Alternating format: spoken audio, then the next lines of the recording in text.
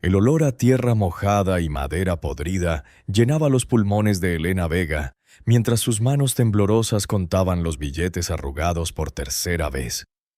500 pesos. Era todo lo que quedaba de una vida entera construida junto a Miguel, su esposo, el hombre que había muerto hace apenas 6 semanas en el accidente del aserradero. Sus 3 hijos dormían en el cuarto trasero de la casa de su suegra, un espacio tan pequeño que tenían que dormir de lado como cucharas en un cajón. Lucía, de 11 años, siempre al borde, protegiendo a sus hermanos menores. Tomás, de 7, que ya no preguntaba cuándo volvería papá. Y la pequeña Rosa, apenas 3 años, que todavía buscaba a Miguel cada mañana con sus manitas extendidas. Elena cerró los ojos, pero la imagen regresó como siempre lo hacía.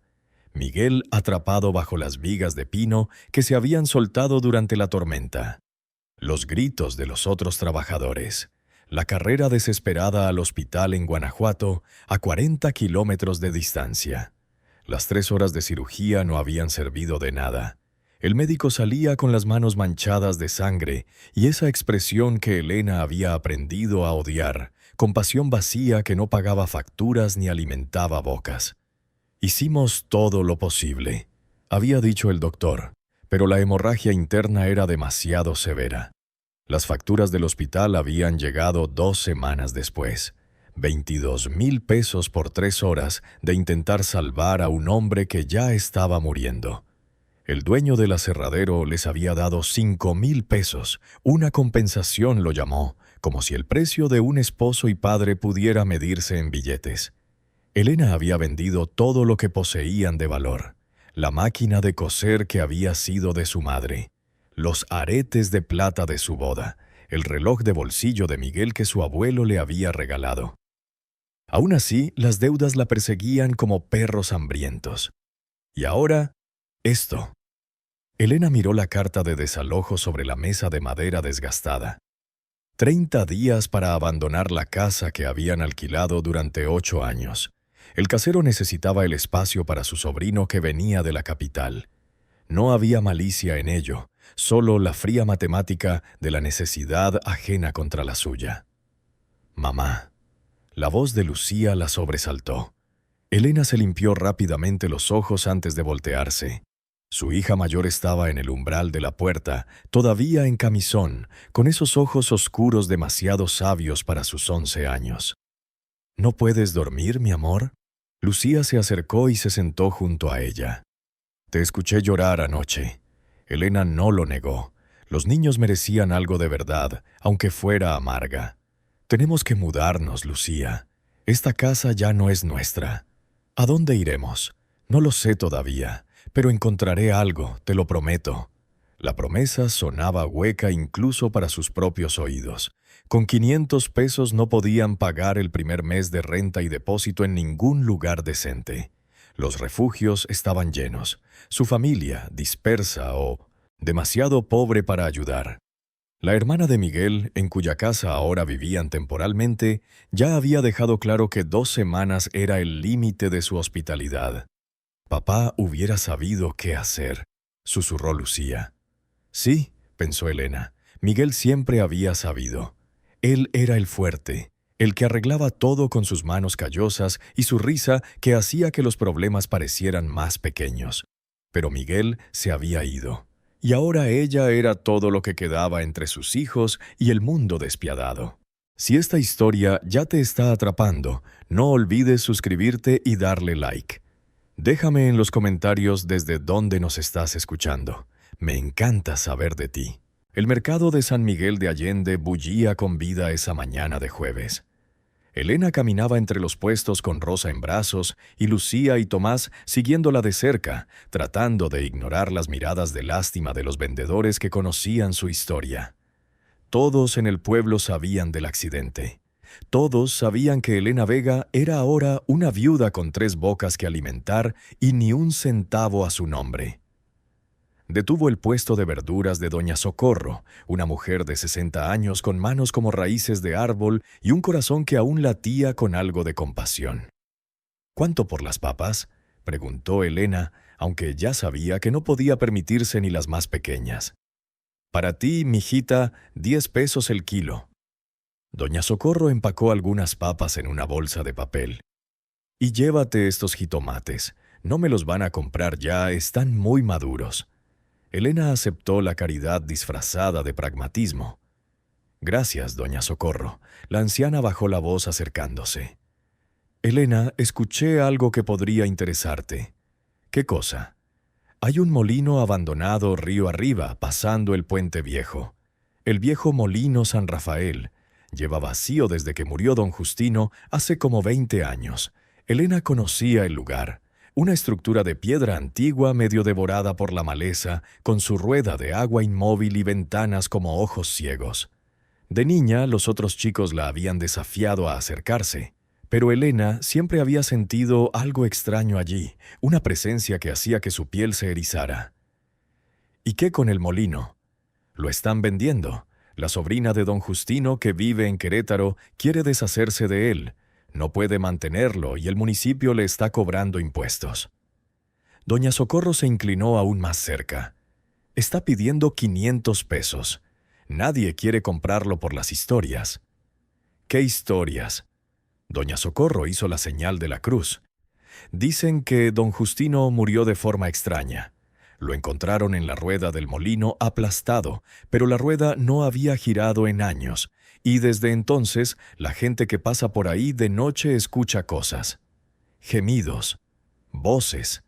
Algunos dicen que el molino está embrujado, que don Justino hizo un pacto con algo oscuro para mantener el agua fluyendo durante la sequía del 52. Elena sintió un escalofrío, pero también algo más, una chispa de posibilidad desesperada. ¿500 pesos por todo el edificio y la tierra? Por todo. Pero Elena, nadie va ahí. Hay una razón por la que está tan barato. «Tengo 500 pesos», dijo Elena en voz baja, «y en 2 semanas no voy a tener ni techo sobre nuestras cabezas». Doña Socorro la miró con esa mezcla de admiración y horror que Elena estaba aprendiendo a reconocer. «Ay, mijita, no sé si eres muy valiente o muy desesperada». «Las dos cosas», respondió Elena con una sonrisa amarga. Esa tarde Elena caminó sola hasta la oficina notarial en la plaza principal. La sobrina de don Justino, una mujer delgada de unos 40 años llamada Beatriz, la esperaba con papeles ya preparados, como si hubiera estado ansiosa por deshacerse de la propiedad maldita. «¿Estás segura de esto?», preguntó Beatriz mientras Elena contaba los 500 pesos sobre el escritorio del notario. «Mi tío vivió ahí durante 50 años y nunca fue el mismo después de que algo pasó en ese molino. Se volvió raro, huraño, hablaba solo. Y su muerte... La muerte de su tío fue un accidente», la interrumpió Elena con más firmeza de la que sentía. Beatriz negó con la cabeza. «Mi tío le tenía miedo a ese lugar, señora Vega. Hacia el final me dijo que había algo bajo la rueda, algo que tenía que alimentar para mantenerlo quieto. Pensé que estaba delirando por la vejez, pero...» Elena tomó las escrituras que el notario le extendía. Sus manos no temblaban. No podía permitirse el lujo del miedo. «Señorita Beatriz, respeto su preocupación, pero necesito un hogar para mis hijos. Lo que sea que esté en ese molino no puede ser peor que dormir en la calle». El notario, un hombre de 70 años que había visto demasiadas tragedias humanas para sorprenderse por una más, estampó los sellos oficiales. «Felicidades, señora Vega. Ahora es usted propietaria del molino San Rafael». Cuando Elena salió a la luz del atardecer con las escrituras apretadas contra su pecho, se dio cuenta de que acababa de gastar hasta el último peso que tenía en un edificio que todos creían embrujado. No había vuelta atrás. No había plan B. Solo quedaba el molino, sus hijos y la esperanza desesperada de que los fantasmas, si existían, fueran más misericordiosos que los caseros. El camino al molino San Rafael era poco más que un sendero de tierra que serpenteaba a través de mezquites y nopales. Elena caminaba adelante, cargando la maleta desgastada que contenía toda su ropa. Lucía llevaba a Rosa en la espalda amarrada con un rebozo. Tomás arrastraba la otra maleta, demasiado pesada para él, pero negándose a quejarse. El río apareció primero, una cinta plateada que murmuraba entre las piedras. Luego, elevándose sobre la orilla como una criatura de piedra medio dormida, el molino. Elena se detuvo sintiendo que sus pies se hundían en la suave tierra. De cerca, el edificio era aún más imponente de lo que recordaba. Paredes de piedra volcánica de casi 2 metros de grosor, con manchas de musgo verde oscuro. El techo de tejas rojas estaba parcialmente derrumbado en una sección. Las ventanas, sin vidrios, parecían bocas abiertas en un grito silencioso. Y la rueda, esa enorme rueda de madera que alguna vez había molido el maíz de toda la región, colgaba inmóvil, medio sumergida en el agua que fluía alrededor de ella. «Es feo», declaró Tomás con la honestidad brutal de los 7 años. «Es nuestro», respondió Elena, obligándose a sonreír. «Y lo vamos a hacer hermoso». «Mamá», susurró Lucía mirando hacia las ventanas oscuras, «¿de verdad vamos a vivir aquí?» «Sí, mi amor. De verdad». Se acercaron lentamente. La puerta principal de madera, maciza, estaba hinchada por años de humedad, pero cedió después de que Elena la empujara con el hombro. El interior olía a moho, tierra húmeda y algo más, algo metálico que Elena no pudo identificar. La planta baja era un espacio grande y abierto donde alguna vez había funcionado la maquinaria del molino. Polvo y hojas secas cubrían todo. En una esquina, una escalera de piedra subía hacia lo que debían ser habitaciones en el segundo piso. Otra escalera, esta de madera podrida, descendía hacia la oscuridad del sótano donde la rueda se conectaba con el mecanismo de molienda. «No bajen ahí», ordenó Elena a sus hijos, señalando la escalera del sótano. «Esa madera está podrida. Es peligroso». Exploraron el segundo piso. Había 3 habitaciones pequeñas con techos bajos y ventanas que miraban hacia el río. Una de ellas tenía un agujero en el techo por donde entraba la luz del atardecer. Otra estaba relativamente intacta, con un piso de madera que crujía pero se mantenía firme. «Dormiremos aquí esta noche», decidió Elena, eligiendo la habitación menos dañada. «Mañana comenzamos a limpiar». Esa primera noche fue la más larga de la vida de Elena. Habían extendido sus mantas sobre el piso de madera. Rosa lloraba por el hambre, el frío y la extrañeza del lugar. Tomás se aferraba a Elena como si temiera que el edificio se los tragara. Solo Lucía permanecía tranquila, sus ojos abiertos en la oscuridad, vigilando. El río murmuraba su canción eterna afuera. El viento silbaba a través de las ventanas rotas, creando sonidos fantasmales que hacían que cada sombra pareciera moverse. Y desde abajo, desde algún lugar cerca de la rueda del molino, Elena escuchaba un sonido que hacía que su sangre se enfriara. Un gemido bajo, apenas audible sobre el sonido del agua.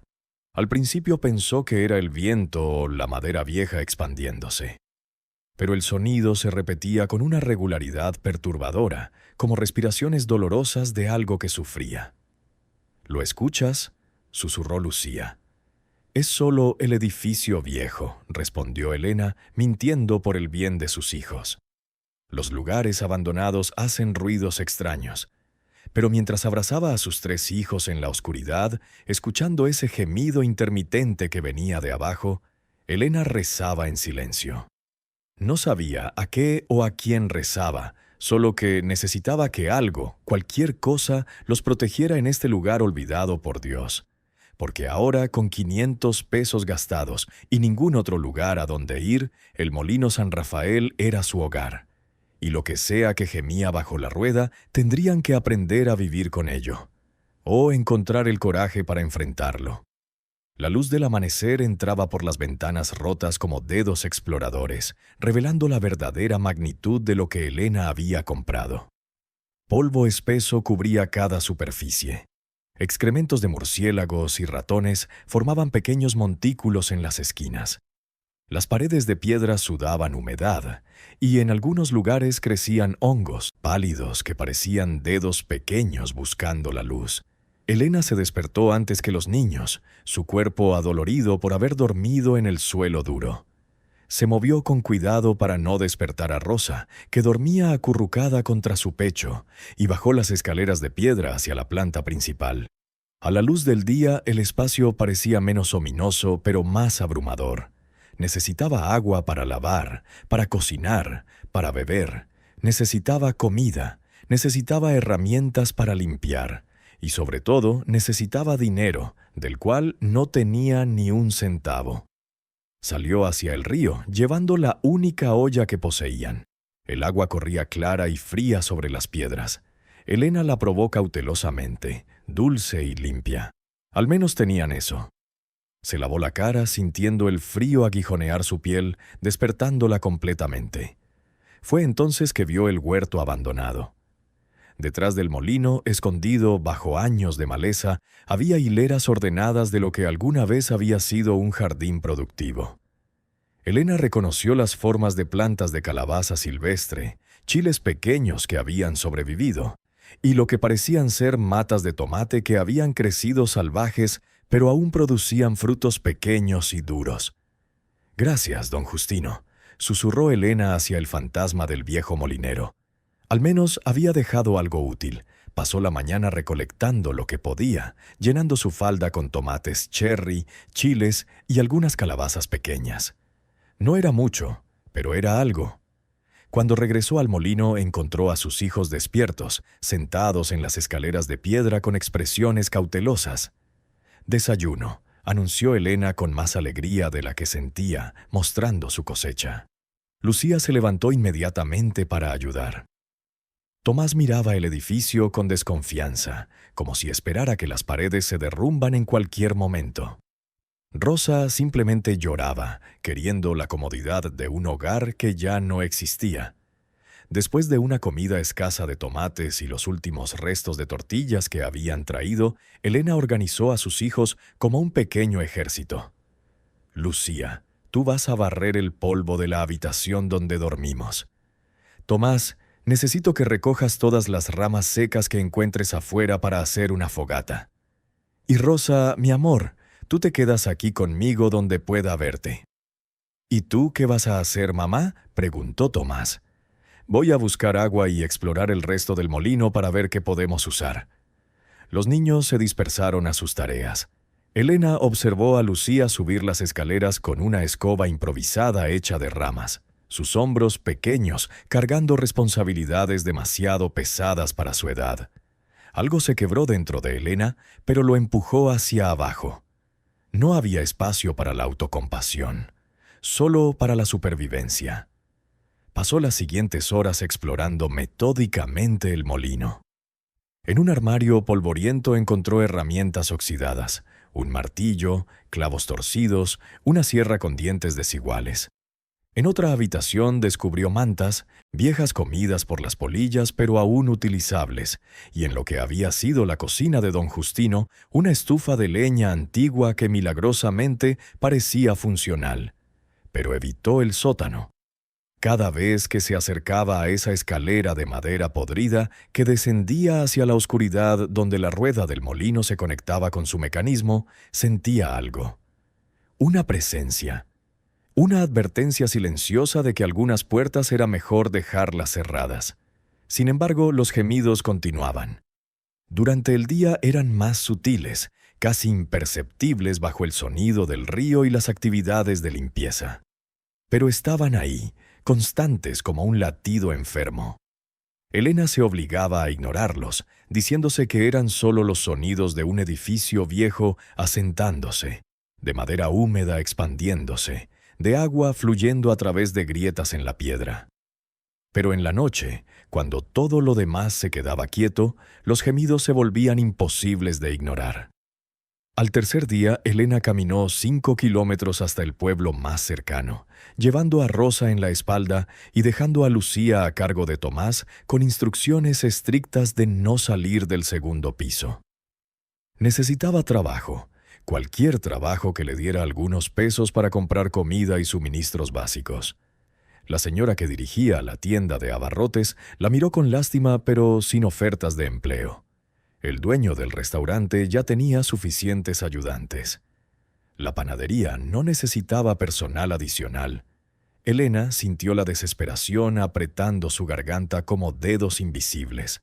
Finalmente, en el mercado, doña Socorro la llamó. «Elena, escuché que te mudaste al molino. ¿Es cierto?» «Sí», respondió Elena, levantando la barbilla con orgullo que no sentía. «Ay, mijita». Doña Socorro negó con la cabeza. «Bueno, si necesitas ganar algunos pesos, puedo darte trabajo limpiando mi casa 2 veces por semana. No es mucho, pero...» «Lo tomo», la interrumpió Elena. «Gracias, doña Socorro». «Gracias». 40 pesos por semana no era suficiente para vivir, pero era suficiente para no morir de hambre. Elena regresó al molino con una bolsa de arroz, frijoles y azúcar comprados a crédito que doña Socorro le había extendido, más una promesa de comenzar a trabajar al día siguiente. Esa noche, mientras sus hijos dormían juntos en la única habitación habitable, Elena se sentó en las escaleras de piedra, mirando hacia la oscuridad del sótano. El gemido era más fuerte ahora, más insistente. Ya no podía fingir que era solo el edificio. Algo estaba allá abajo, algo que sufría. Y mañana, se prometió Elena, iba a descubrir qué era. El cuarto día amaneció con niebla espesa que envolvía el molino como un sudario gris. Elena se despertó con una determinación que había estado construyendo durante 3 noches de gemidos incesantes. No podía seguir viviendo con este misterio oscuro debajo de sus pies, este secreto que habitaba en el sótano como un corazón enfermo latiendo en el pecho de su nueva casa. Después de alimentar a sus hijos con gachas de avena aguadas y asegurarse de que Lucía entendía que no debían bajar las escaleras bajo ninguna circunstancia, Elena reunió lo que necesitaba. Una linterna de aceite que había encontrado en un armario, cerillas y el coraje que había aprendido a fabricar desde la muerte de Miguel. La escalera de madera que descendía al sótano crujía amenazadoramente bajo su peso. Elena probaba cada escalón antes de poner su peso completo, consciente de que una caída aquí, sola, podría dejar a sus hijos huérfanos. El aire se volvía más frío y húmedo con cada paso, cargado con ese olor metálico que había notado el primer día. El sótano era más grande de lo que esperaba. La luz de su linterna revelaba un espacio cavernoso con techo abovedado de piedra, columnas gruesas que sostenían el peso del molino arriba, y en el centro, dominando todo, la rueda masiva. Desde abajo, la rueda del molino era aún más impresionante. Un gigante de madera oscurecida por décadas de agua, con paletas del tamaño de puertas que alguna vez habían capturado la fuerza del río para moler grano. Parte de la rueda estaba sumergida en un canal de agua que fluía a través del sótano, entrando por un lado y saliendo por el otro, creando un sonido constante de agua corriendo. Y allí, en la base de la rueda donde se conectaba con el eje de piedra, Elena vio algo que hizo que su corazón se detuviera. Una mano humana, pálida y pequeña, asomando entre las sombras debajo de la estructura de la rueda. Elena soltó un grito ahogado, casi dejando caer la linterna. Su primer instinto fue correr, subir las escaleras, tomar a sus hijos y huir de este lugar maldito. Pero entonces la mano se movió, apenas un temblor de dedos, y con el movimiento vino un gemido, débil pero inconfundiblemente humano. No era un fantasma, era una persona viva, atrapada debajo de la rueda del molino. Elena se obligó a acercarse, sus piernas temblando. La luz de su linterna reveló más detalles que le revolvieron el estómago. La estructura de soporte de la rueda creaba un espacio estrecho donde alguien, algo, se había escondido o quedado atrapado. Elena podía ver ahora no solo una mano, sino un brazo delgado, un hombro, y cuando se arrodilló en el piso húmedo y acercó la luz, un rostro, el rostro de un niño. No, se corrigió Elena mientras sus ojos se ajustaban. No exactamente un niño. Un joven quizás de 14 o 15 años, pero tan delgado y pálido que parecía mucho más joven. Tenía el cabello negro pegado a su frente por el sudor o la humedad, los ojos cerrados, los labios agrietados y azulados. —¿Puedes oírme? —susurró Elena extendiendo la mano cautelosamente. Los ojos del joven se abrieron lentamente. Eran de un café casi negro, hundidos en cuencas profundas, llenos de un miedo tan puro que Elena sintió que le atravesaba el pecho. —Por favor. La voz era apenas un susurro ronco. —No diga que estoy aquí. Ellos me están buscando. —¿Quiénes te están buscando? ¿Quién eres? —Me llamo Daniel. Los ojos del joven se cerraron nuevamente, como si hablar hubiera agotado sus últimas fuerzas. —Por favor, no me entregue. Elena miró al joven atrapado bajo la rueda del molino, su mente corriendo. Cada instinto maternal en ella gritaba que ayudara a este niño que claramente estaba herido, deshidratado, posiblemente muriendo. Pero otra parte, la parte práctica que había aprendido a ser dura para sobrevivir, le advertía. Este joven estaba huyendo de alguien. Esconderlo podría traer peligro no solo para ella, sino para Lucía, Tomás y Rosa. —Necesito sacarte de ahí —dijo Elena finalmente. —¿Estás herido? —No. Daniel abrió los ojos de nuevo, esta vez con pánico. No puedo moverme. Mi pierna está atrapada, y si me saca, ellos verán. Ellos sabrán que alguien me ayudó. —¿Quiénes? Pero antes de que Daniel pudiera responder, Elena escuchó lo que había temido. Voces afuera, voces de hombres, y el sonido de caballos. Elena apagó rápidamente su linterna, sumiendo el sótano en oscuridad casi total, iluminado solo por la tenue luz que se filtraba desde arriba. Se quedó completamente quieta, escuchando. —Mamá. La voz de Lucía desde arriba, tensa de miedo. —Mamá, hay hombres afuera. Los pasos pesados resonaron en el piso de arriba. Elena escuchó la puerta principal abriéndose con un chirrido, voces masculinas hablando con autoridad, y luego los gritos de Rosa, asustada por los extraños. Elena miró una última vez al joven escondido bajo la rueda. En ese momento tomó una decisión que cambiaría todo. —Quédate quieto —susurró—. No hagas ningún sonido. Volveré. Subió las escaleras tan rápido como se atrevió, emergiendo en la planta principal justo cuando 3 hombres terminaban de subir del exterior.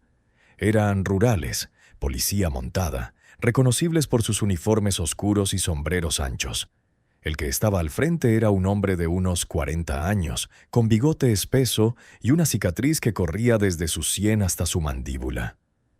—Señora —dijo con una voz que intentaba sonar cortés, pero sonaba amenazante—, soy el capitán Mendoza. Estamos buscando a un fugitivo.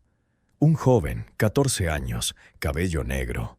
Robó algo muy valioso y es peligroso. Elena mantuvo su expresión neutral, consciente de que sus hijos la miraban desde las escaleras del segundo piso. —No he visto a nadie. Acabamos de mudarnos aquí hace 4 días. Mendoza la estudió con ojos fríos. —¿Vive aquí? ¿En este molino abandonado? Es mi propiedad ahora. Elena levantó la barbilla. —Compré este lugar legalmente. Uno de los otros rurales, más joven, caminaba por el espacio, examinando las esquinas oscuras. —Capitán, este lugar es perfecto para esconderse. Deberíamos revisar cada habitación.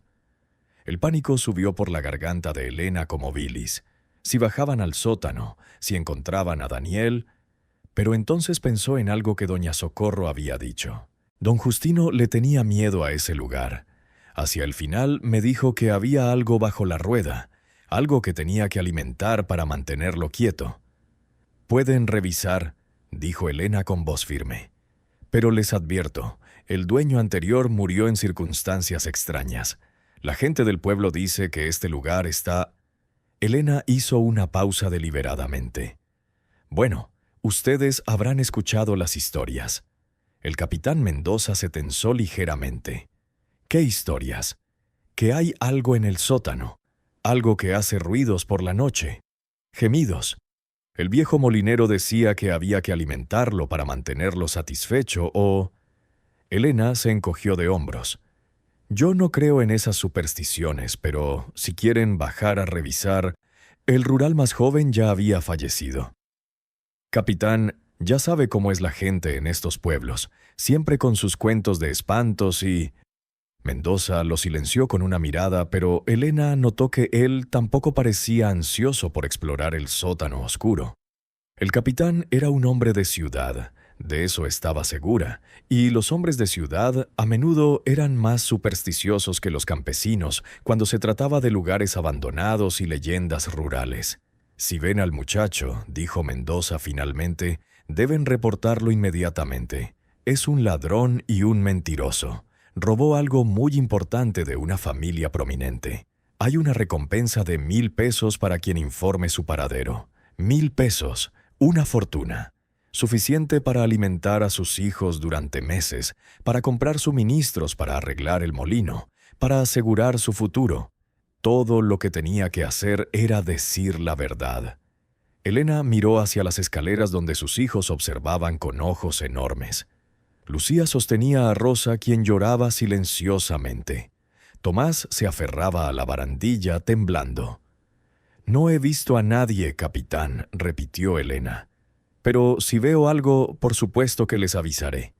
Los rurales marcharon finalmente, sus caballos alejándose por el camino de tierra. Elena esperó hasta que el sonido de los cascos se desvaneció completamente antes de permitirse exhalar. Lucía bajó corriendo las escaleras.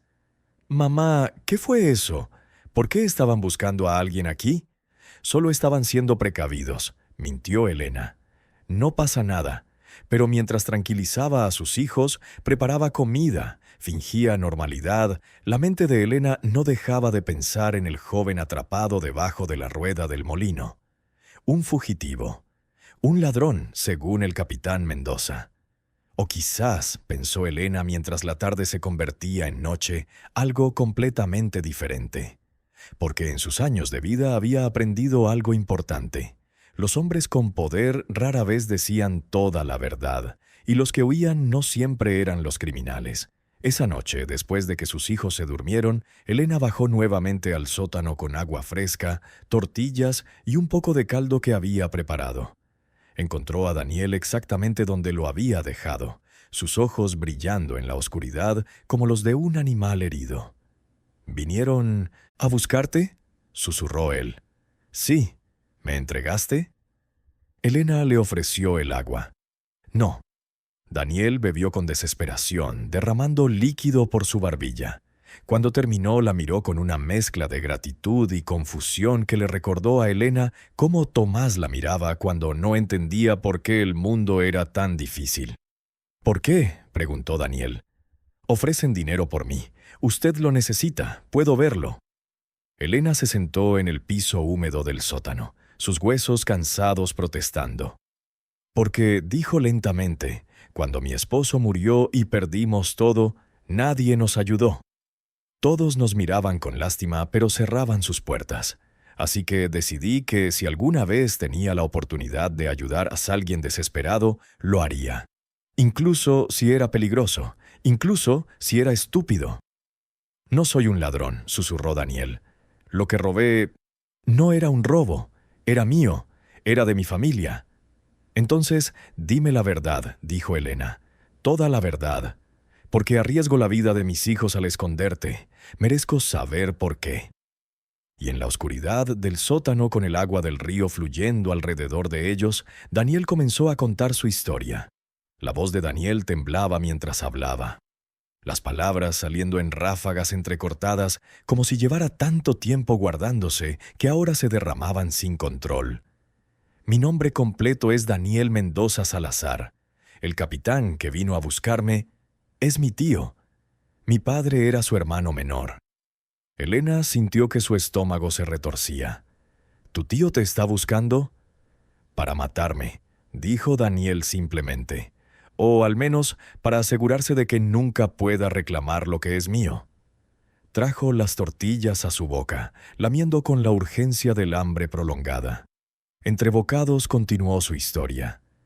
«Mi padre era dueño de tierras, muchas tierras. 500 hectáreas que incluían 3 ranchos y derechos de agua del río. Cuando murió hace un año, mi tío convenció a mi madre de que yo era demasiado joven para heredar. Dijo que él administraría todo hasta que cumpliera 18 años. Mamá confió en él. Firmó papeles que no leyó completamente. ¿Qué pasó? Daniel tragó con dificultad. 2 meses después, mi madre enfermó. Los doctores dijeron que era su corazón, pero yo la vi tomar el té que mi tío le traía cada tarde. Y cada vez que lo bebía se ponía peor. Murió en 3 semanas. Elena sintió un escalofrío recorrer su espalda. ¿Crees que tu tío la envenenó? No puedo probarlo. Pero después de su muerte, mi tío dijo que los documentos que mi madre había firmado le daban control total de las tierras. Dijo que yo no era el heredero legítimo, que había irregularidades en el matrimonio de mis padres. Me sacó de mi propia casa. Me puso con una familia de sirvientes que supuestamente me cuidarían, pero eran sus espías. ¿Y qué robaste? Las escrituras originales. Daniel cerró los ojos. Las escrituras verdaderas que prueban que las tierras son mías. Mi padre las había escondido en una caja fuerte en el estudio. Yo vi dónde las guardaba cuando era niño. Mi tío no sabía que yo conocía la combinación. Una noche escapé de donde me tenían, volví a la casa, abrí la caja fuerte y tomé los documentos. También tomé una carta que mi padre me escribió antes de morir, explicando todo, advirtiéndole que no confiara en su hermano. Elena procesaba la información. ¿Y por eso tu tío te persigue? Si esos documentos se hacen públicos, si un juez los ve, mi tío pierde todo. Las tierras, el agua, todo. Así que me persiguió. Yo corrí durante 2 semanas, escondiéndome en graneros, durmiendo en campos. Llegué hasta aquí porque escuché que este molino estaba abandonado. Pensé que podría esconderme aquí hasta encontrar la forma de llevar los documentos a un abogado en la capital. ¿Dónde están los documentos ahora? Daniel miró hacia arriba, hacia la estructura de la rueda. Enrollados en un tubo de metal, escondidos dentro del eje hueco de la rueda. Nadie los encontraría sin desarmar toda la estructura. Pero entonces... ¿Entonces qué? Hace 3 días, cuando llegué aquí, la escalera estaba peor de lo que está ahora. Bajé para esconderme en el sótano y... Daniel hizo una mueca de dolor. Parte de la escalera se rompió bajo mi peso. Caí, mi pierna quedó atrapada entre la rueda y el eje de soporte. Intenté liberarme, pero solo empeoré las cosas. El dolor... Elena, no podía moverme. No podía gritar porque temía que mi tío escuchara. Solo podía esperar. ¿Esperabas morir?, preguntó Elena suavemente. Esperaba que alguien viniera, o que nadie viniera. No sabía cuál sería peor. Daniel la miró directamente a los ojos. Entonces escuché voces arriba. Niños. Una mujer. Y supe que alguien se había mudado al molino. Gemí, esperando que me escucharan, esperando que, si me encontraban, tendrían misericordia. Elena sintió lágrimas picando en sus ojos. Has estado atrapado aquí 3 días, sin comida, casi sin agua. El río está justo ahí. Daniel señaló el canal de agua que fluía junto a la rueda. Podía alcanzarlo para beber. Pero la comida... Elena, estoy tan débil.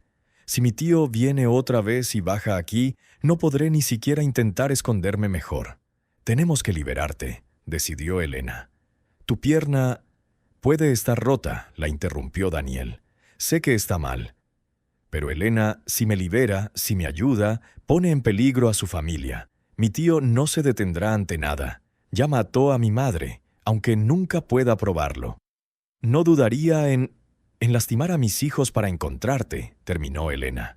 Lo sé. Entonces, ¿por qué me ayudas?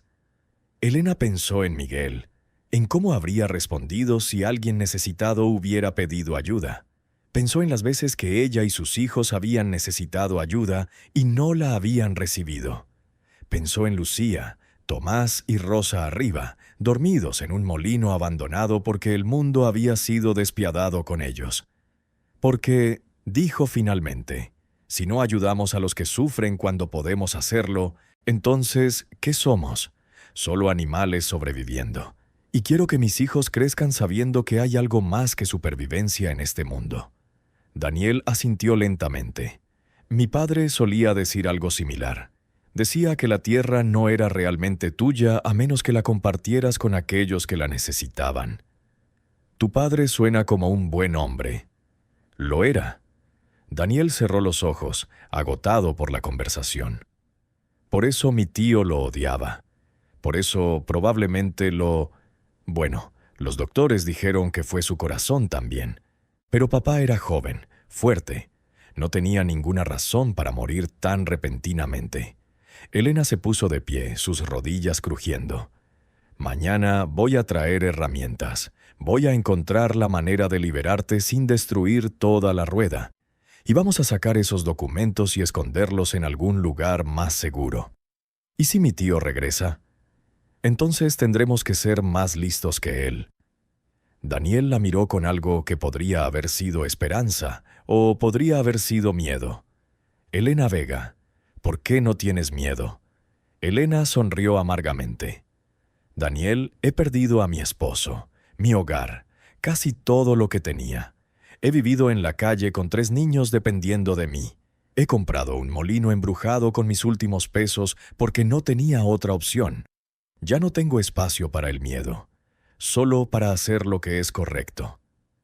Esa noche Elena no durmió. Se sentó junto a la ventana del segundo piso, mirando el camino de tierra que llevaba al molino, vigilando cualquier señal de jinetes regresando. Las palabras de Daniel resonaban en su mente. Un joven de 14 años, huérfano como sus propios hijos, pronto lo serían si algo le pasaba a ella. Un joven perseguido por el mismo hombre que debería protegerlo. Un joven con documentos que probaban su derecho a una herencia, escondidos en el corazón de esta rueda de molino antigua. Elena había pensado que comprar este molino sería su mayor desafío. Convertir una ruina en un hogar, mantener a sus hijos alimentados y seguros. Pero ahora se daba cuenta de que el verdadero desafío apenas comenzaba. Porque escondido bajo la rueda del molino San Rafael no estaba solo un fugitivo. Estaba la justicia esperando ser reclamada. Estaba la prueba de un crimen que el hombre poderoso quería enterrar. Y estaba la elección más difícil que Elena jamás tendría que hacer.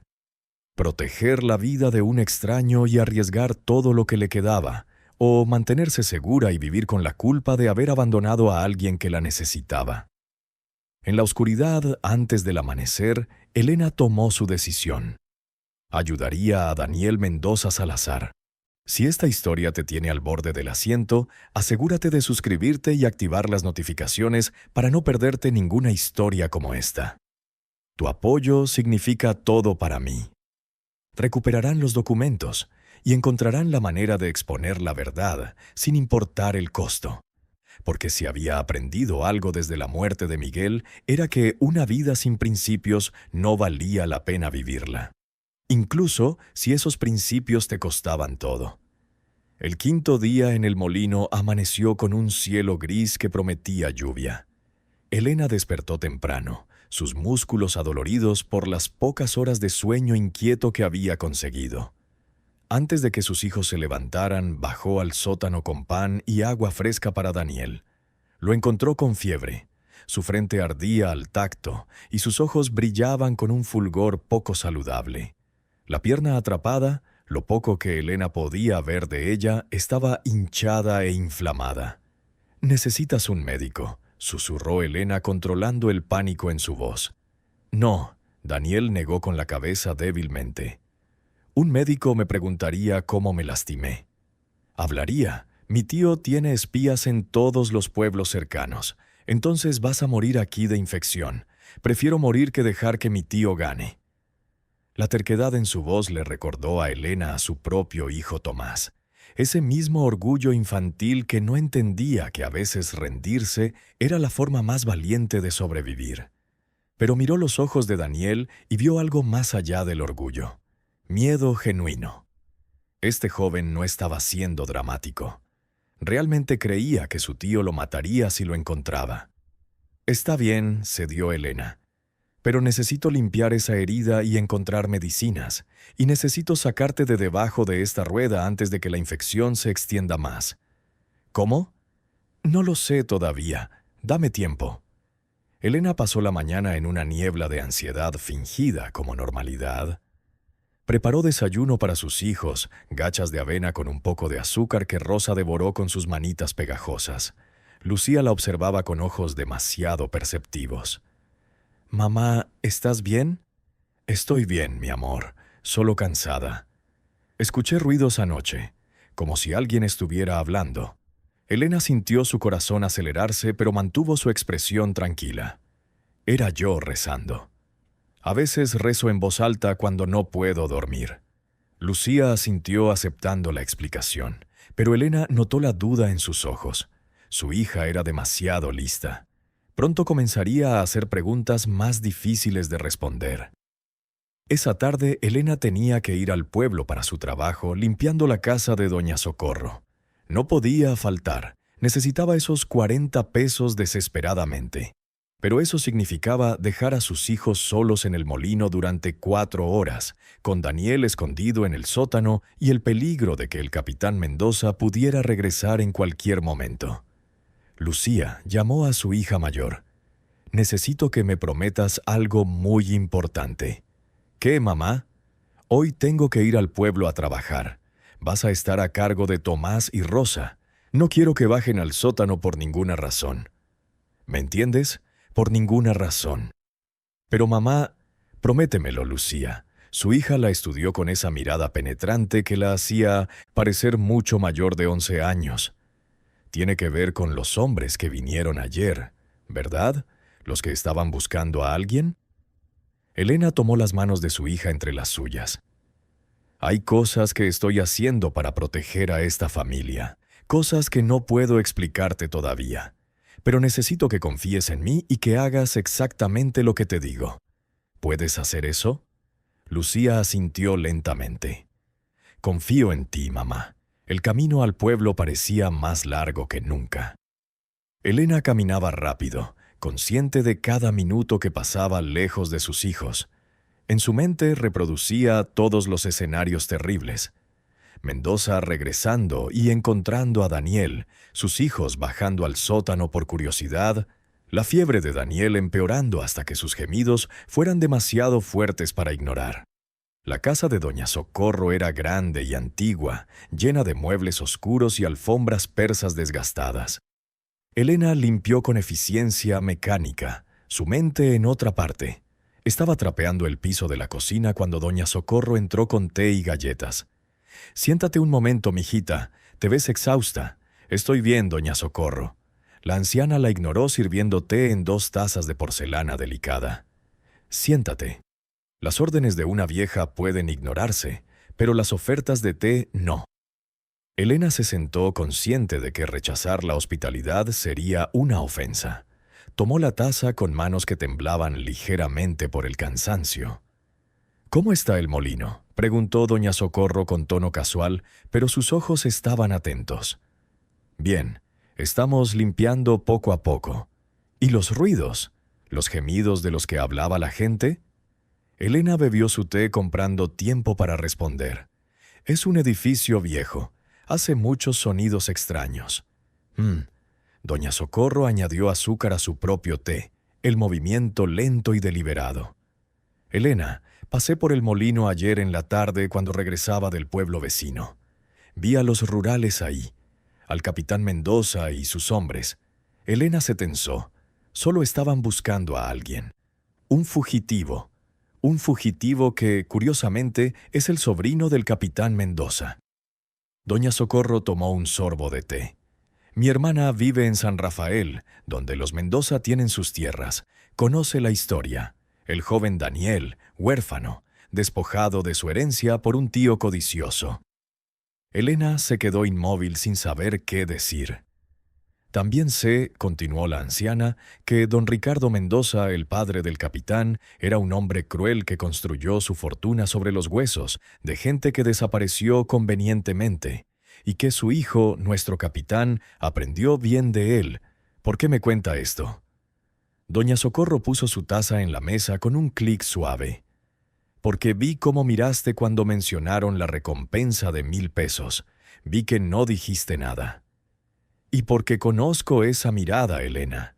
Es la mirada de alguien que está protegiendo algo peligroso porque es lo correcto. No sé de qué habla. La anciana sonrió, una expresión triste y sabia. Claro que no. Pero si supieras de alguien que estuviera escondido, alguien que necesitara medicina para una fiebre, yo tendría un sobrino que fue médico antes de retirarse. Vive solo, no hace preguntas y debe algunos favores a esta vieja. Elena sintió lágrimas picando en sus ojos. ¿Por qué me ayudaría? Porque hace 40 años yo también era una viuda joven y desesperada, y alguien me ayudó cuando nadie más lo haría. Doña Socorro se levantó caminando hacia un armario. Sacó una bolsa de tela. Esto es árnica para la inflamación, manzanilla para la fiebre y tintura de yodo para prevenir infección. También hay ventas limpias. Elena aceptó la bolsa con manos temblorosas. Gracias. No sé cómo... No me des las gracias todavía. Doña Socorro la miró seriamente. Lo que estás haciendo es peligroso, Elena. El capitán Mendoza no es un hombre que olvida o perdona. Si descubre que estás escondiendo a su sobrino, lo sé. ¿Vale la pena el riesgo? Elena pensó en Daniel atrapado bajo la rueda, ardiendo de fiebre, huérfano como sus propios hijos. Sí, vale la pena. De regreso al molino, Elena prácticamente corrió los últimos kilómetros, el peso de la bolsa de medicinas golpeando contra su cadera. El sol se estaba poniendo cuando llegó, pintando el río de naranja y oro. Todo parecía tranquilo. Demasiado tranquilo. «¿Lucía?», llamó al entrar. «Niños, estamos aquí, mamá». La voz de Lucía venía del segundo piso, tensa. Elena subió las escaleras rápidamente. Encontró a sus 3 hijos acurrucados juntos en la habitación, con Rosa llorando silenciosamente y Tomás aferrado a su hermana mayor. ¿Qué pasó? Vinieron otra vez, susurró Lucía. El capitán y sus hombres. Hace como 1 hora. El corazón de Elena se detuvo. ¿Entraron? Lucía asintió. Dijeron que tenían permiso para buscar en cualquier propiedad. Revisaron el primer piso. Uno de ellos comenzó a bajar las escaleras al sótano. Elena sintió que el mundo se inclinaba. ¿Qué pasó? Le dije que las escaleras estaban podridas, que papá había muerto en un accidente de construcción y que teníamos miedo de que alguien más se lastimara.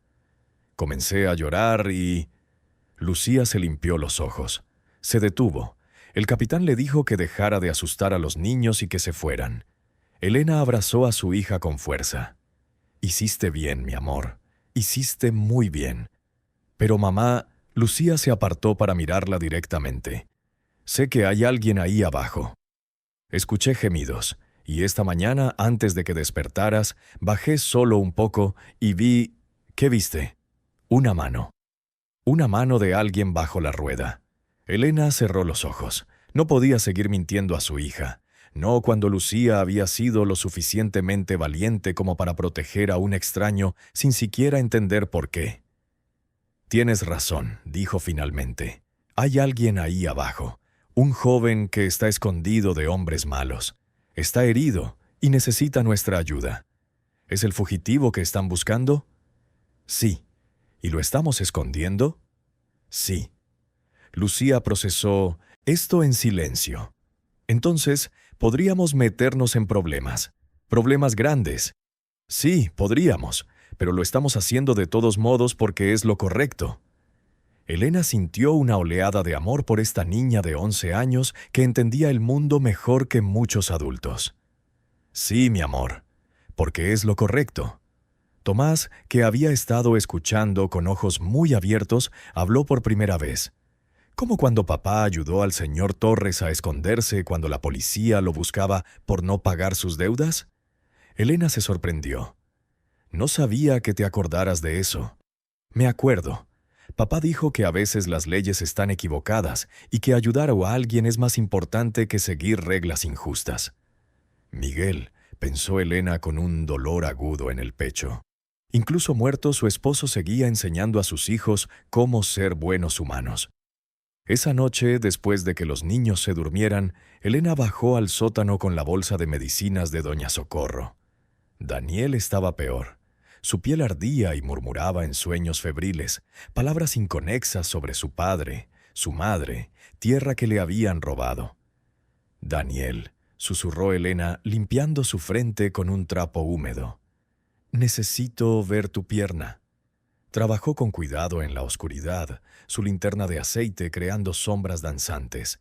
La pierna de Daniel estaba atrapada entre la rueda masiva y un soporte de hierro. La carne estaba hinchada, con tonos púrpuras y rojos que indican infección avanzada. Elena limpió lo que podía alcanzar con agua y jabón, luego aplicó el yodo que doña Socorro le había dado. Daniel gimió de dolor, pero no se despertó completamente. Elena aplicó la pomada de árnica y envolvió lo que podía de la pierna con vendas limpias. Luego preparó té de manzanilla, enfriándolo con agua del río antes de hacer que Daniel bebiera en sorbos lentos. «Tienes que mejorar», le dijo al joven inconsciente, «porque mañana voy a sacarte de aquí, tenga que desarmar esta maldita rueda o no». Pero mientras subía las escaleras, agotada y cubierta de mugre del sótano, Elena escuchó algo que hizo que su sangre se helara. Caballos. Muchos caballos. Corrió hacia la ventana del segundo piso. A la luz de la luna vio lo que había temido. El capitán Mendoza había regresado. Pero esta vez no solo con 2 hombres. Esta vez traía a 6 rurales, todos armados. Y en la entrada del molino estaban instalando algo que parecía un campamento. No se iban a ir. Esta vez iban a quedarse hasta encontrar lo que buscaban. Elena no durmió esa noche. Se sentó junto a la ventana observando las fogatas de los rurales que parpadeaban en la oscuridad como ojos de depredadores vigilantes. Podía ver las siluetas de los hombres moviéndose, escuchar fragmentos de conversaciones llevadas por el viento nocturno. «Tiene que estar aquí en algún lado. El capitán dice que no nos moveremos hasta encontrarlo. 1000 pesos de recompensa, suficiente para...»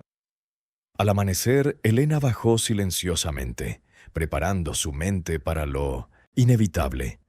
Los rurales registraron el molino otra vez, más exhaustivamente esta vez, y eventualmente descubrirán a Daniel. Mamá, Lucía, estaba despierta también, su rostro pálido en la luz grisácea del alba. «¿Qué vamos a hacer? No lo sé todavía». Un golpe fuerte en la puerta principal las hizo saltar. Elena bajó las escaleras, su corazón latiendo con fuerza. Abrió la puerta para encontrar no al capitán Mendoza, sino a un hombre que no había visto antes. Era mayor, quizás de 60 años, con cabello completamente blanco y ojos de un azul penetrante. Vestía la ropa simple de un campesino, pero había algo en su postura que sugería autoridad. «¿Señora Vega?», preguntó con voz suave. «Sí, mi nombre es Padre Sebastián. Soy el sacerdote de San Miguel. ¿Puedo pasar?» Elena dudó, luego asintió. El hombre entró, sus ojos recorriendo el interior del molino con interés profesional. «Doña Socorro me contó sobre su situación», dijo sin preámbulos, «y sobre su joven huésped». Elena sintió pánico subiendo por su garganta. «Padre, yo no...» El sacerdote levantó una mano. «No vine a juzgar, señora Vega. Vine a ayudar, pero necesito que me diga la verdad completa. ¿Está el joven Daniel Mendoza Salazar escondido aquí?» Elena cerró los ojos tomando una decisión que podría condenarlos a todos o salvarlos. «Sí. Está en el sótano, atrapado bajo la rueda del molino. Tiene fiebre por una infección. ¿Puedo verlo?» Elena lo guió hacia el sótano, la linterna de aceite iluminando el camino. El padre Sebastián examinó a Daniel con manos expertas, tomando su pulso, revisando sus ojos, tocando suavemente la pierna atrapada. «Esto es grave», murmuró. «La infección se está extendiendo. Si no lo liberamos pronto y tratamos la pierna adecuadamente, podría perderla». O peor, ¿cómo lo sacamos? El sacerdote estudió la estructura de la rueda, caminando alrededor con pasos medidos. Necesitaríamos palancas, cuerdas y al menos 3 hombres fuertes para levantar la rueda lo suficiente como para deslizarla hacia afuera. No tenemos 3 hombres. Solo me tiene a mí. El padre Sebastián sonrió, una expresión que transformó su rostro austero en algo casi juvenil. Por eso estoy aquí, señora Vega. Conozco a 3 hombres en el pueblo que le deben favores a la iglesia. Hombres de confianza que no harán preguntas. ¿Por qué nos ayudaría? Ni siquiera me conoce. Conozco la historia del joven Daniel. El sacerdote miró al muchacho inconsciente con compasión. Casé a sus padres, bauticé a Daniel cuando era bebé, y sé lo que su tío Ricardo hizo, las tierras que robó, las vidas que arruinó. He estado esperando una oportunidad para actuar contra ese hombre. Usted me la ha dado. Pero los rurales están acampando afuera, nos están vigilando. Entonces tendremos que ser creativos. El padre Sebastián subió las escaleras con sorprendente agilidad para su edad. ¿Hay otra entrada a este molino? Hay una ventana en la parte trasera del sótano, donde el agua entra. Elena lo guió hacia allá. Es pequeña, pero un hombre delgado podría pasar. Perfecto. Esta noche, después de la medianoche, cuando los guardias estén cansados, mis hombres vendrán por el río. Traerán herramientas y medicina. Liberaremos a Daniel y lo sacaremos de la misma manera. ¿Y después? ¿A dónde irá? A la iglesia. Hay túneles bajo la sacristía, construidos durante la Guerra de Reforma. Puede esconderse allí mientras arreglamos su situación legal. Elena sintió esperanza por primera vez en días. Padre, no sé cómo agradecerle. No me agradezco todavía. El plan tiene riesgos. Si nos descubren... Bueno, el capitán Mendoza no tiene respeto por la iglesia, a pesar de sus pretensiones de fe. Si esta historia te tiene al borde del asiento, asegúrate de suscribirte y activar las notificaciones para no perderte ninguna historia como esta. Tu apoyo significa todo para mí. El día transcurrió con una lentitud agonizante. El capitán Mendoza y sus hombres registraron el molino 2 veces más, cada vez más intrusivos. Elena mantuvo a sus hijos en el segundo piso, donde jugaban en silencio, conscientes de que algo importante estaba sucediendo. En una de las búsquedas, un joven rural se acercó peligrosamente a la escalera del sótano. Elena, actuando por instinto, dejó caer una olla de agua, creando un estruendo y un charco que requirió atención inmediata. El rural se distrajo ayudando a limpiar, y el momento de peligro pasó. Al anochecer, Mendoza finalmente se acercó a Elena directamente. Estaba de pie en el umbral, bloqueando la luz del atardecer.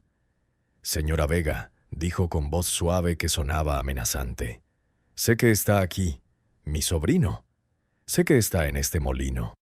No he visto a nadie, capitán». Los ojos de Mendoza se entrecerrar. «1,000 pesos, señora. Piense en lo que podría hacer con ese dinero. Comida para sus hijos. Ropa, medicina, todo lo que necesiten». Elena mantuvo su expresión neutral. «Como le dije, no he visto a su sobrino». Mendoza se acercó. Su presencia física era intimidante. El joven me robó documentos muy valiosos, documentos que no le pertenecen. Está enfermo de la cabeza, ¿sabe? Delirante. Si lo encuentra, podría lastimar a sus hijos. ¿Realmente quiere arriesgar a su familia por un ladrón loco?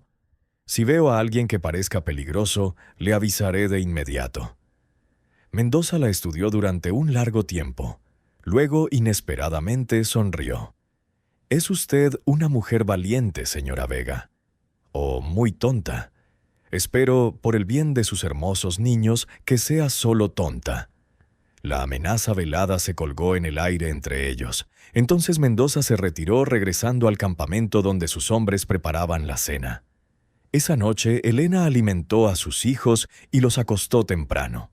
Lucía la miraba con ojos preocupados. «¿Va a pasar algo esta noche, mamá?» «Sí, mi amor, pero todo va a estar bien. ¿Lo prometes?» Elena quería prometer. Quería asegurarle a su hija que todo saldría bien. Pero había aprendido que las promesas vacías eran crueles. Voy a hacer todo lo posible para mantenernos seguros. Eso es lo único que puedo prometer. A medianoche, Elena esperaba en el sótano junto a Daniel. El joven había despertado brevemente esa tarde, lo suficiente para que Elena le explicara el plan. Se ha sentido débilmente, demasiado enfermo para hacer más. Entonces lo escuchó. Un chapoteo suave en el agua del canal que corría a través del sótano. Elena levantó su linterna apuntando hacia la ventana trasera pequeña. Una figura se deslizó por la abertura, moviéndose con la agilidad de alguien acostumbrado a espacios estrechos. Era un hombre de unos 30 años, musculoso y silencioso como un gato. Detrás de él vinieron otros dos, ambos más viejos pero igualmente capaces. «¿Señora Vega?», susurró el primero. «Sí, gracias por venir. El padre Sebastián nos explicó». El hombre se acercó a Daniel evaluando la situación. «Soy Mateo. Estos son mis hermanos, Jorge y Luis. Vamos a sacar al muchacho». Trabajaron en silencio, comunicándose con gestos. Mateo produjo herramientas de una bolsa impermeable, palancas de hierro, cuerdas gruesas, bloques de madera para usar como fulcro. Con precisión profesional comenzaron a posicionar las palancas debajo de la rueda masiva. Cuando den la señal, susurró Mateo a Elena, «Tiene que deslizarlo hacia afuera rápido. Tendremos tal vez 10 segundos antes de que nuestros brazos cedan». Elena asintió posicionándose junto a Daniel. Tomó sus manos, apretándolas suavemente. «Estamos listos», susurró. Los tres hermanos se posicionaron en las palancas. Mateo contó en silencio con los dedos. 1, 2, 3. Empujaron. Los músculos se tensaron bajo sus camisas. La rueda gigantesca gimió, un sonido bajo y ominoso que parecía llenar todo el sótano. Se levantó una fracción, luego media pulgada, luego una pulgada completa. «Ahora», gruñó Mateo. Elena jaló a Daniel deslizándose por el piso húmedo y resbaloso. La pierna atrapada se liberó con un sonido desagradable. Daniel gritó de dolor, pero Elena cubrió su boca con la mano, silenciando el sonido. Arriba escuchó voces. Los rurales se habían despertado. «¡Rápido!», susurró Jorge. Los hermanos bajaron la rueda de nuevo, el sonido amortiguado por su control cuidadoso. Mateo levantó a Daniel en sus brazos como si fuera un niño. «¿Pueden llevarlo?», preguntó Elena. «Sin problema, pero necesitamos distraerlos. Los guardias van a venir a investigar el ruido». Elena no dudó. «Suba», dijo. «Yo me encargaré». Mientras los hermanos se deslizaban por la ventana trasera con Daniel, Elena subió corriendo las escaleras. Salió por la puerta principal justo cuando dos rurales se acercaban con linternas. «¿Qué fue ese ruido?», demandó uno de ellos. Elena forzó lágrimas a sus ojos. No fue difícil, dada su agotamiento y miedo. «Mi hija se cayó de la cama. Está lastimada. Por favor, necesito ayuda». Los hombres se miraron entre sí, inseguros. Finalmente uno gruñó. «Muéstrenos». Elena los guió hacia arriba, donde Lucía, entendiendo instintivamente lo que su madre necesitaba, estaba sentada en el piso frotándose el tobillo y llorando convincentemente. «Me duele, mamá». Los rurales examinaron a la niña con incomodidad evidente, claramente fuera de su elemento con niños heridos. «Está bien», uno dijo finalmente. «Solo un esguince. No necesitan nuestra ayuda». Para cuando bajaron y regresaron a su campamento refunfuñando sobre mujeres histéricas, los hermanos ya habían desaparecido en la oscuridad del río, llevando a Daniel hacia la seguridad de la iglesia. Elena se sentó en las escaleras, temblando por la adrenalina. Lo habían hecho. Daniel estaba libre. Estaba seguro. Pero mientras miraba hacia el campamento de los rurales, vio al capitán Mendoza de pie junto a su fogata, mirando directamente hacia el molino. Y en sus ojos, Elena vio algo que hizo que su sangre se enfriara. Sospecha. El amanecer llegó demasiado pronto. Elena no había dormido. esperando el inevitable momento cuando Mendoza descubriera que Daniel había escapado. Pero las horas pasaban y nada sucedía. Los rurales rompieron su campamento al mediodía, empacando sus suministros con eficiencia militar. El capitán Mendoza vino a la puerta una última vez. «Me voy, señora Vega», dijo con tono neutro, «pero volveré. Y cuando regrese, espero que haya reconsiderado su posición sobre ayudar a la justicia». Elena no respondió. Simplemente observó mientras los rurales montaban sus caballos y se alejaban por el camino de tierra, creando una nube de polvo que se disolvió lentamente en el aire de la tarde. «¿Se fueron?», preguntó Lucía desde arriba. «Por ahora». «¿Y el chico, el que estaba en el sótano?» «Está seguro», le aseguró Elena. «Lo sacamos anoche mientras distraídas a los guardias. Hiciste muy bien, mi amor». Esa tarde el padre Sebastián vino al molino, esta vez abiertamente, llegando en su vieja mula con una canasta de comida que su ama de llaves había preparado. «Daniel está estable», reportó mientras compartían pan y queso en la mesa improvisada de Elena. «La fiebre está bajando. Mi amigo, el médico, dice que la pierna sanará, aunque tendrá una cicatriz considerable». «¿Está seguro en la iglesia?» «Por ahora. Pero, señora Vega, necesitamos hablar sobre los documentos, los que Daniel escondió. Están en la rueda del molino, en el eje hueco». El padre Sebastián asintió. «Necesitamos recuperarlos. Son la única prueba de que Daniel es el heredero legítimo de las tierras Mendoza. Sin esos documentos, su tío puede seguir reclamando que el muchacho es un ladrón y un mentiroso. Puedo bajar esta noche y...» «No», la interrumpió el sacerdote. «El capitán Mendoza puede haberse ido, pero dejó espías. Hay un hombre en el pueblo, se hace llamar vendedor de herramientas, pero hace demasiadas preguntas sobre usted y el molino. Entonces, ¿qué hacemos? Necesitamos un abogado de confianza en la capital que pueda presentar los documentos ante un juez». El padre Sebastián sacó un papel doblado de su bolsillo. «Tengo un contacto. Un hombre que se especializa en casos de despojo de tierras, pero necesita ver los documentos originales. ¿Cuánto tiempo tomará?» «Si todo sale bien, 2 semanas, 1 mes a lo mucho. Pero, señora Vega, debe entender que una vez que los documentos sean presentados, el capitán Mendoza sabrá con certeza que usted ayudó a Daniel. Su venganza será considerable». Elena sintió un peso frío en su estómago. «¿Mis hijos estarán en peligro?» El rostro del sacerdote era grave. «No voy a mentirle.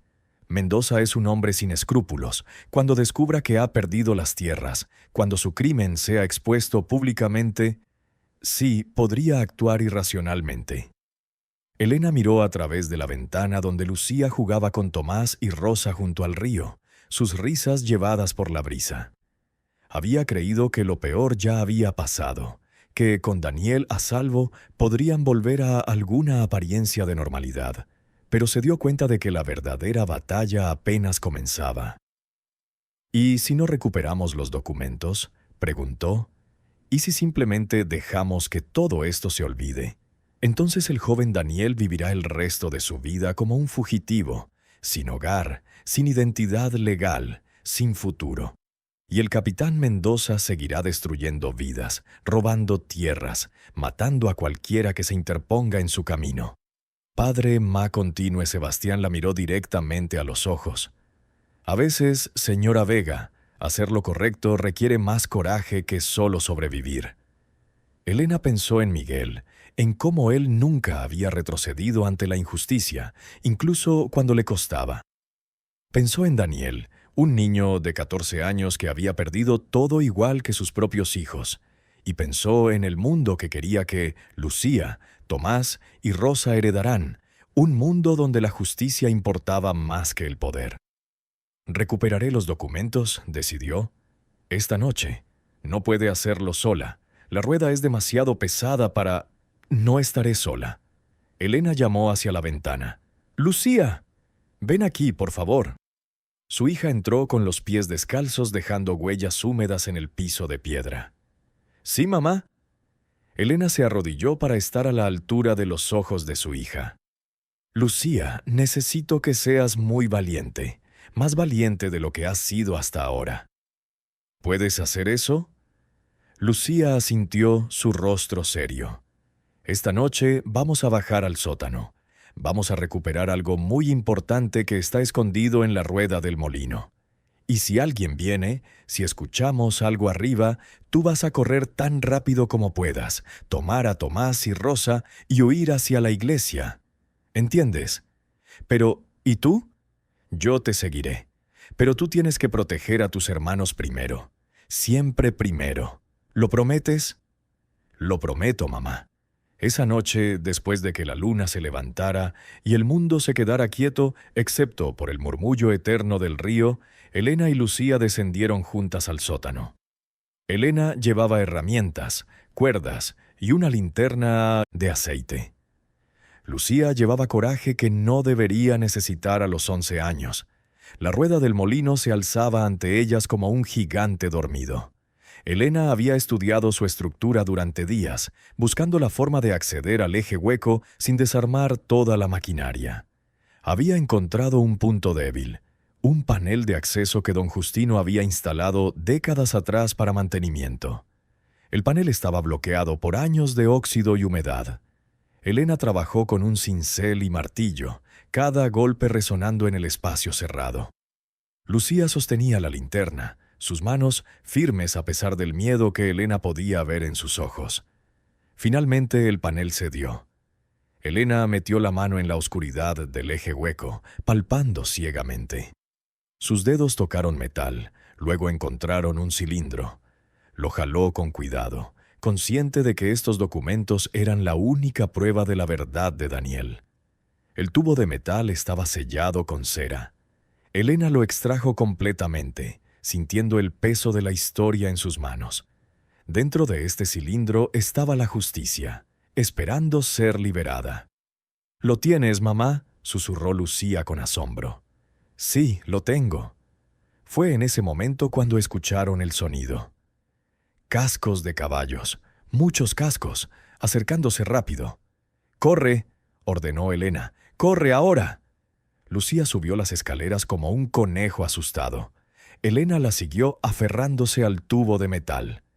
Llegaron al segundo piso justo cuando escucharon la puerta principal estrellarse abajo. «Está aquí». La voz del capitán Mendoza resonó en el molino. «Sé que está aquí. Encuéntrenla». Elena empujó a Lucía hacia la ventana trasera. «Baja por la hiedra. Toma a tus hermanos y corren hacia la iglesia por el sendero del río. No mires atrás. ¿Y tú?». Elena besó la frente de su hija. «Voy a asegurarme de que no lo sigan. Ahora vete. Vete». Lucía obedeció, desapareciendo por la ventana con agilidad nacida del terror. Elena escuchó los gritos de Tomás y Rosa abajo mientras Lucía los reunía. Luego el sonido de pequeños pies corriendo en la noche. Pasos pesados subían las escaleras.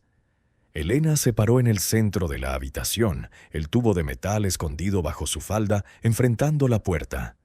El capitán Mendoza entró flanqueado por dos de sus líderes rurales. Su rostro estaba rojo de furia. «¿Dónde está? ¿Dónde está quién, capitán? Los documentos. Sé que los tiene». Mi espía en la iglesia escuchó al cura hablando sobre ellos. «¿Dónde los escondió?». «No sé de qué habla».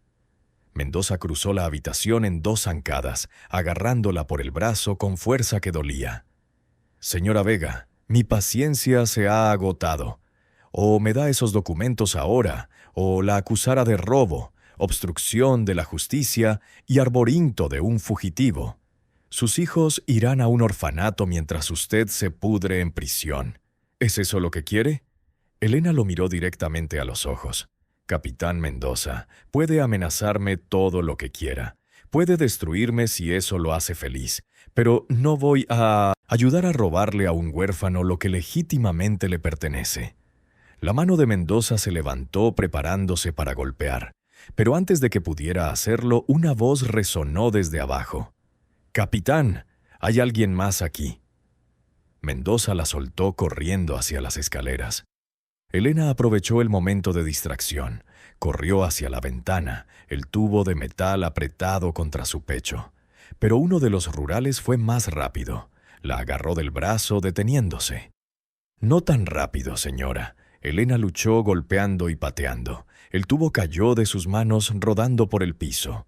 El rural lo recogió triunfante. «Capitán, lo encontré». Mendoza regresó tomando el tubo de metal de las manos de su subordinado. Sonrió, una expresión horrible sin alegría. «Gracias, señora Vega. Ha sido muy útil». Abrió el tubo, sacó los documentos, desarrollándose bajo la luz de la linterna. Sus ojos recorrieron el texto, su expresión pasando de triunfo a confusión a furia. «¿Qué es esto?»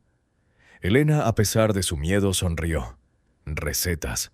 Las recetas familiares de mi abuela para tamales y mole». Mendoza arrugó los papeles en sus manos. «¿Dónde están los documentos reales?» «Lejos de aquí, en manos de alguien que sabe qué hacer con ellos». La furia de Mendoza explotó. Golpeó a Elena en la cara, un impacto que la tiró al piso.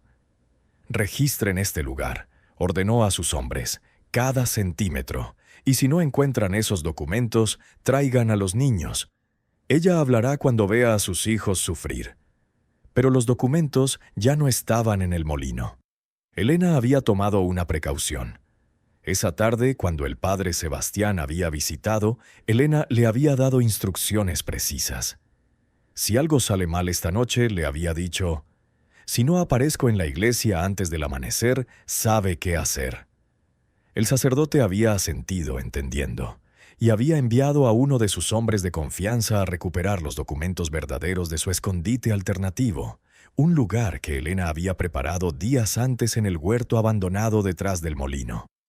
Los rurales destrozaron el molino buscando. Rompieron tablas, volcaron muebles improvisados, bajaron al sótano para inspeccionar cada grieta en la rueda. No encontraron nada. Al amanecer, Mendoza finalmente se rindió.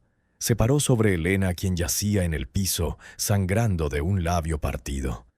«Esto no ha terminado, señora Vega. Voy a destruirla, a usted y a sus malditos hijos».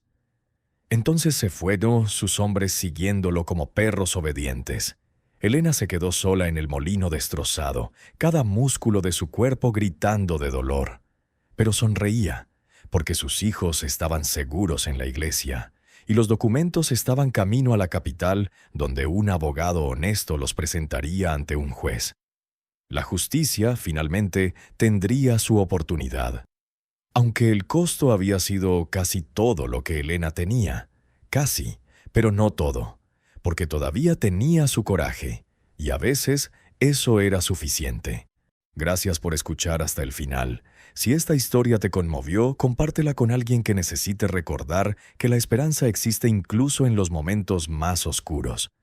Suscríbete si aún no lo has hecho, y nos vemos en la próxima historia.